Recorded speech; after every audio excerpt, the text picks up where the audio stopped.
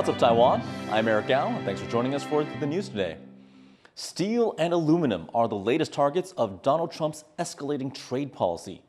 The U.S. president says he intends to introduce 25% tariffs on all U.S. imports of the two metals. It's a move that puts several of Washington's allies and partners here in Asia in the crosshairs. Joyce Tseng has more. New trade moves from U.S. President Donald Trump, continuing an aggressive policy start to his second term.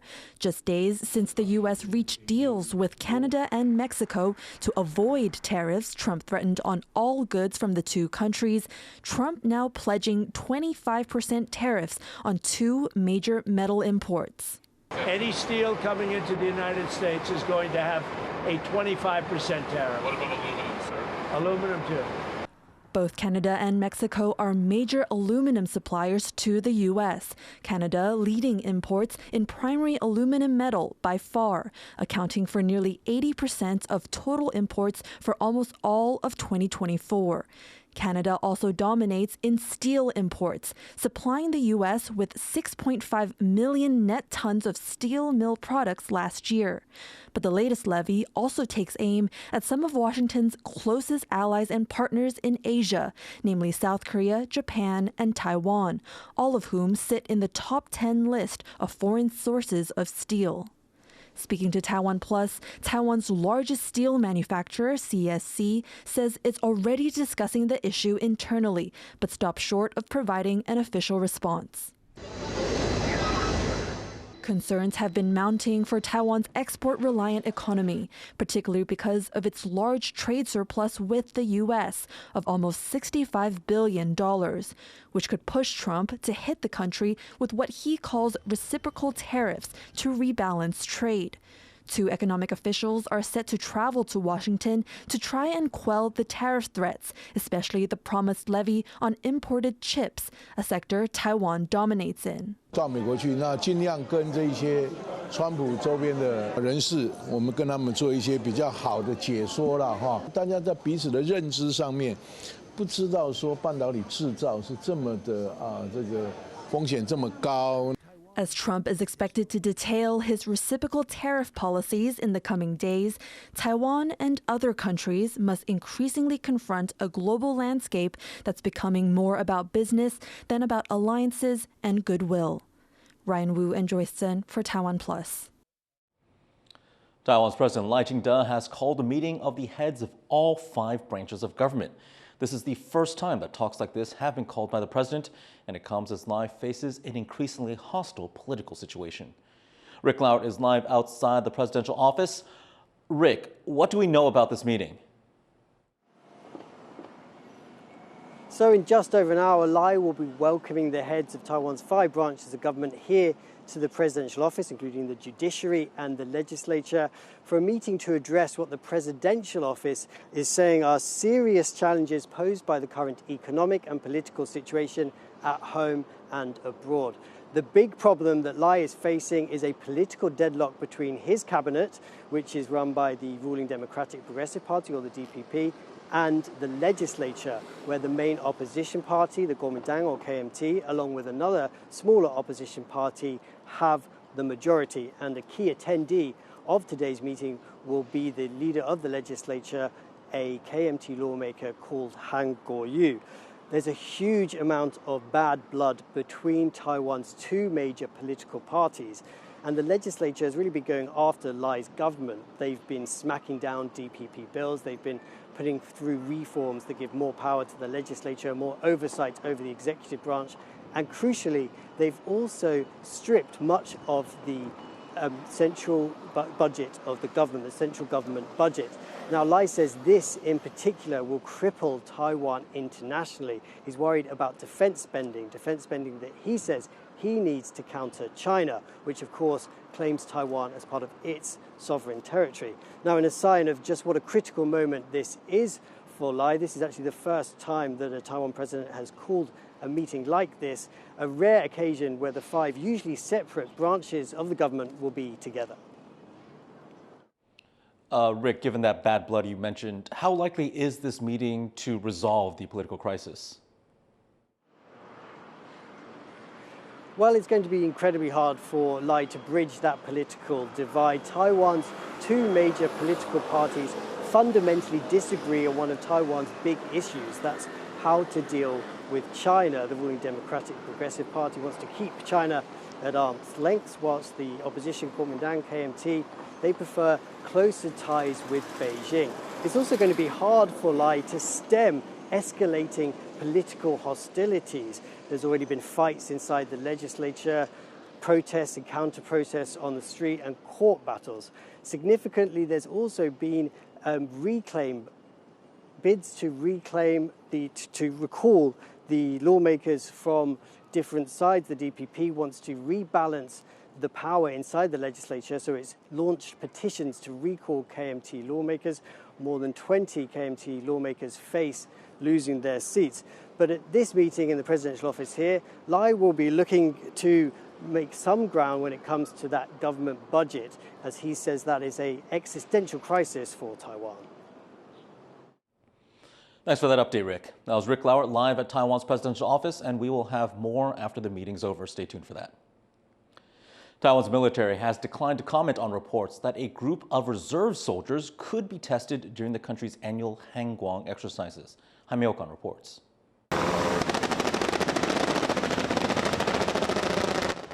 Every summer, Taiwan conducts its largest military drills, the Hangguang exercise. For 5 days, the entire military simulates how they would defend against an all-out attack from China. But this year, part of this decades-old drill could change. Local media reports that the military could be looking to test how a group of reservists perform in the exercises. Taiwan's defense ministry declined to comment on the issue, but analysts from a government-backed think tank say the military is headed in this direction.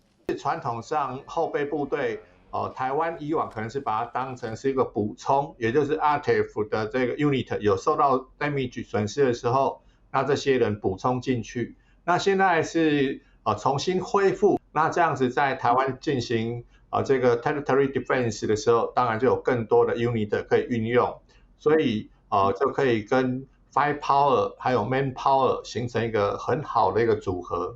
The move is part of a larger military reform which started in late 2022. Eyeing threats from neighboring China, then President Tsai Ing-wen extended mandatory military service from 4 months to 1 year, and Taiwan has since implemented more realistic combat training and strategies.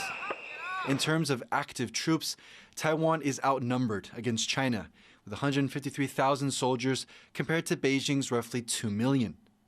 But Taiwan has one of the world's largest reserve forces, with close to 1.6 million people ready to be called up to serve. That's why Taiwan wants to make sure that this force is properly trained.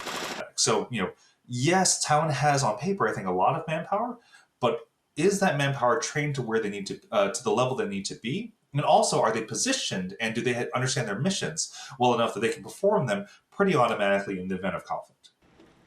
Taiwan's current policy sees both conscripts and reservists serve in mostly logistical roles, helping to provide equipment and support for the rest of the military. While reserves aren't directly on the front line, they're still an important part of the country's defensive strategy. The more you can train your civil society in a whole-of-society resilience format to take over some of the non-combat just sustainment roles. That frees up more of the reserves, which frees up more of the regular forces. And that sort of upward push in terms of skill sets and kind of freeing up of that skill set, I think that's probably the most important, kind of the overarching goal that you'd want to aim for. The Hangguang exercise usually takes place at the end of July, so Taiwan has several months to prepare its troops and possibly reservists and see how else they can improve. Howard Zhang and Jaime Ocon for TaiwanPlus. Over 8,000 people have rallied against a proposed Chinese mega embassy in London. If Beijing's application for the new embassy is approved, it would be the largest embassy in Europe, spanning 2 hectares near the iconic Tower of London. China already owns this site, which used to house the UK's coin maker. Protesters say that they are concerned that this embassy could be used to spy on overseas dissidents from China and Hong Kong. Those worries were echoed by British politicians who came out to support the crowd. Well, I think it would be a threat to all of us because we would see an increase in economic espionage, an increase in transnational repression, and an increase in silencing opponents of the Chinese Communist Party. This is Britain. This isn't China. People have the right to expect freedom. The London municipal government rejected a previous proposal for the embassy in 2022 because of protests. The U.S. president has doubled down on his Gaza plan, telling reporters he is committed to taking the territory, but that he could allow countries in the Middle East to rebuild parts of it. I'm committed to buying and owning Gaza. As far as us rebuilding it, we may give it to other states in the Middle East to build sections of it. Other people may do it through our auspices, but we're committed to owning it, taking it, and making sure that Hamas doesn't move back. Donald Trump also said he was open to the possibility of allowing some Palestinian refugees into the United States. He has already talked of permanently resettling Palestinians who live in Gaza, a suggestion that has caused outrage in the Middle East and elsewhere.